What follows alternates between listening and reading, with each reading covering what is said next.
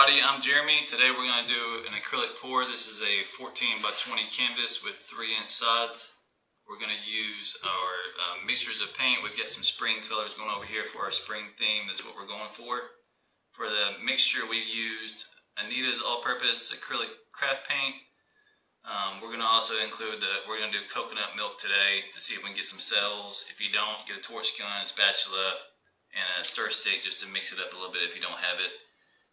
These are all 2 parts Floetrol to 1 part paint, a little bit of alcohol, and then water to consistency when we did the mixtures. So let's go ahead and get started with our cups.